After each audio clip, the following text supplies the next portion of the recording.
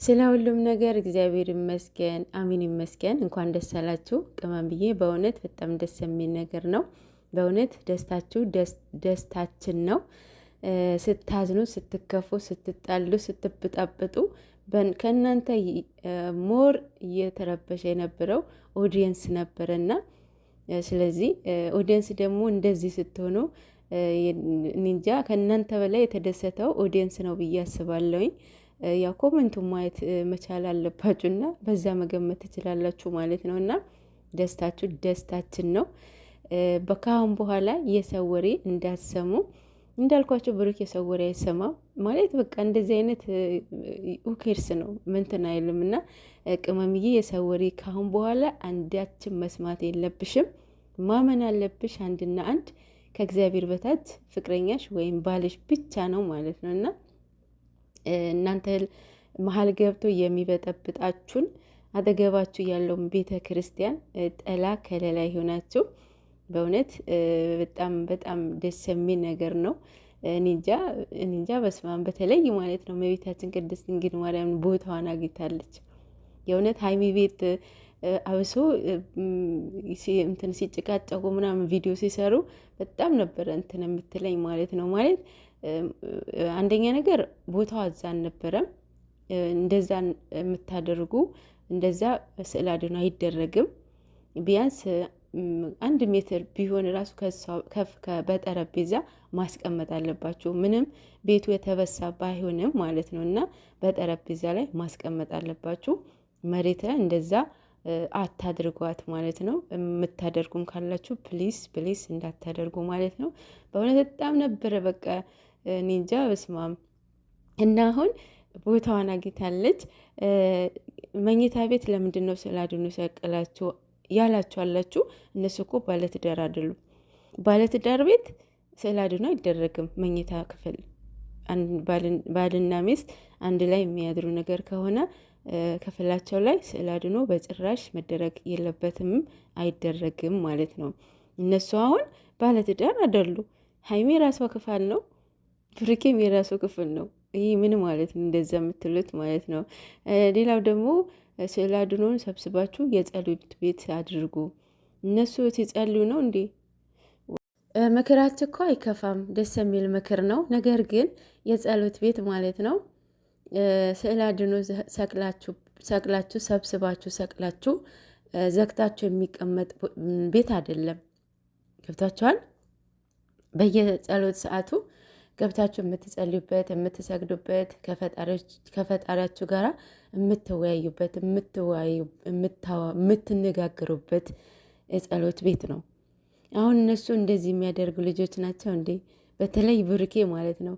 ገና እኮ ጭራሽ እኮ ኖሌጁ ራሱ የላቸው ማለት ነው። እና ሜቢ 4 ልጆች ሲመጡ እንደዚህ ያደርጋሉ ብዬ አስባለሁ ማለት ነው። እና ይሄ ነው ብቻ ለአሁኑ ቦታውም ስላገኘች እናታችን በጣም ደስ ብሎኛል ማለት ነው። በቃ በስነ ስርዓት ያስቀመጧት። በስማም በጣም ደስ ይላልና ከዩቲዩበር አንደኛ ማለት ነው። የእውነት ህዝቡ ራሱ የሚወዳቸው እንደዚህ ሪስፔክት ያደረጋቸው በምን መሰላችሁ? የሚሰሩት ስራ ተግባራዊ ስለሆነ ነው። ውሸት የሌለበት ትክክለኛ የኖሩትን ነገር ነው እየኖሩት ስለሆነ ነው። ዩቲዩበር እንደዚህ ቫይራል እንዲወጡ ሪስፔክት እንዲደረጉ ተወዳጅ እንዲሆኑ ያደረጋቸው ማለት ነው። ምንም ውሸት የለባቸውም። ቅመሟ ራሱ እኮ ብላለች የልደቱ ጊዜ የኔ እናንተ ኑሮ ስራ በተግባራዊ ነው ብላለች። እና ኤግዛክትሊ በእውነት በቃ የሚሰሩትን ተግባራዊ ነው። እርስ በራሳቸውን ይናብባሉ። እሱ ለሷ ታስባለች፣ እሱም ለሷ ያስባልና ለዛ ነው አሁን እውነቱን ለመናገር ማለት ነው አሁን ብሩኬና ሀይሚ እንደዚህ ይሆናሉ ብላችሁ አንድ ቀን አስባችሁ ታቁ ነበረ? እኔ አላቅም ነበረ። በተለይ ብሩኬ ማለት ኢቨን ራሱ ፕራንክ ስታደርገው ራሱ እንዴት እንደሚሆን አይታችኋል። በቃ ሁሌ ማለት ነው ቃልሽን ጠብቂ ነበር የሚላት። ቃልሽን ጠብቂ፣ ሁሌ እንዳስታወስሽ እንዳታደርግኝ ይላት ነበረ። እኔ እንጃ በስማም የሚገርም ነገር ነው የእውነት። እናንተ ካሰባችሁት የእውነት የሚፈጽመው እግዚአብሔር ነው። እናንተ ካሰባችሁ እግዚአብሔር ይፈጽምላቸዋል ማለት ነው፣ ሁሉም ነገር ማለት ነው። እና ብቻ እናንተ ምን ሆኑ፣ እግዚአብሔር የእውነት ልብ ቀና ሆኑ። በእውነት ልባችሁ ንጹሕ ይሁን። የሰው ክፋት አታስቡ፣ ቂም አትያዙ። እኔ እንጃ ይሄ ሁሉ ከሌለባችሁ በእውነት በስማም እግዚአብሔር ይሄ ነው የሚፈልገው እሱ ማለት ነው። ጸሎታችሁንም ምኑም በቃ ይቀበላችኋል ማለት ነው። የሰው ክፋት ምናምን ከሌለባችሁ እንግዲህ እግዚአብሔር ልጆቹን አይጥልም አይደለ? አይጥላችሁም ማለት ነው። ሁላችንም መጨረሻችን እያሳምርልን። እናንተም በልጅ ይባረክ ቤቱን ልጆቹን ያው ማለት ያው እናንተ ያው ዞሮ ዞሮ ቤቱ መግዛቱ ስለማይቀር ማለት ነው ይገዙታል፣ እርግጠኛ ነኝና ቤቱ በጣም ነው የሚያምረው። ጥራቱ ትላላችሁ በቃ ጥን ምጥን ያለች ናት እና ያው ከሰሩ የማይገዙበት ምንም ምክንያት የለም። ሁለታቸውም ከተጋገዙ ማለት ነው ይገዙታል ማለት ነው። ሶ እዛውን ቤትም ተጋብተው አራቱም ልጆች የሚመጡበት የሚወልዱበት ይሆናል ማለት ነው። ለማንኛውም እግዚአብሔር አምላክ ለሁላችንም መጨረሻችን እያሳመርልን ማለት ነው። ብዙ ካፕሎችን ተማሩባቸው። ለጊዜያዊ ዝግጁ ባትሆኑ ጥሩ ነው ማለት ህይወት አንድ ናት አይደል? የምትኖሩት ህይወት እኮ አንድ ነው። ሶ ህይወት አጭር ናት ይላሉ ነጮች ራሱ ማለት ነው። እና የእሷም ህይወት ባታብላሹ የእሱም ህይወት ባታብላሺ ጥሩ ነው።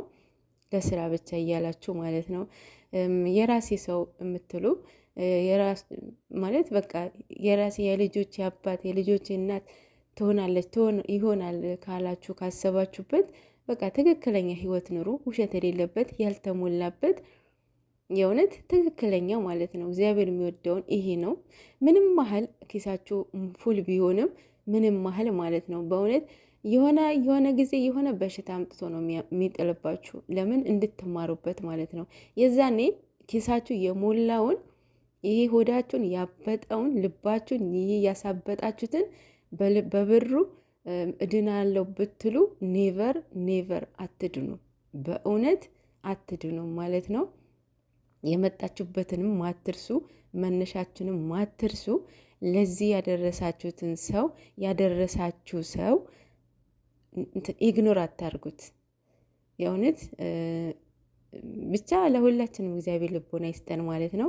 እየታየም ስለሆነ እኮ ነው በእውነት እና አንዴ ብር እኮ የጠዋት ጤዛ ነው፣ ትጠፋለች እኮ ብር እንዳያያዛችን ነው። ብር ታለማለችም ታጠፋለችም ማለት ነው። እንዳያያዛችን ነው። ብሩ ጠቃሚ በሆነ ቦታ የምታደርጉ ነገር ከሆነ ገና ስትነሱ ያንን ሰው አብረዋችሁ የተነሳውን ሰው በቃ ይሆናል አይደለ? ምንም መሀል ያጠፋባችሁ ብታጠፉበት ምንም መሀል ማለት ነው።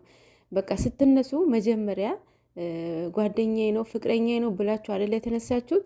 ዛሬ የሆነ ነገር እንከን የሆነ ነገር ብታገኙበት ወይም ቢያገኝብሽ ኢግኖር አትግጃት ወይም አትግጂው ማለት ነው። ምክንያቱም የተነሳሽበትን ወይም የተነሳበትን መርሳት የለብህም ማለት ነው። እና የሰው ልጅ ያው ፍጹም አይደለም ሊሳሳት ይችላል።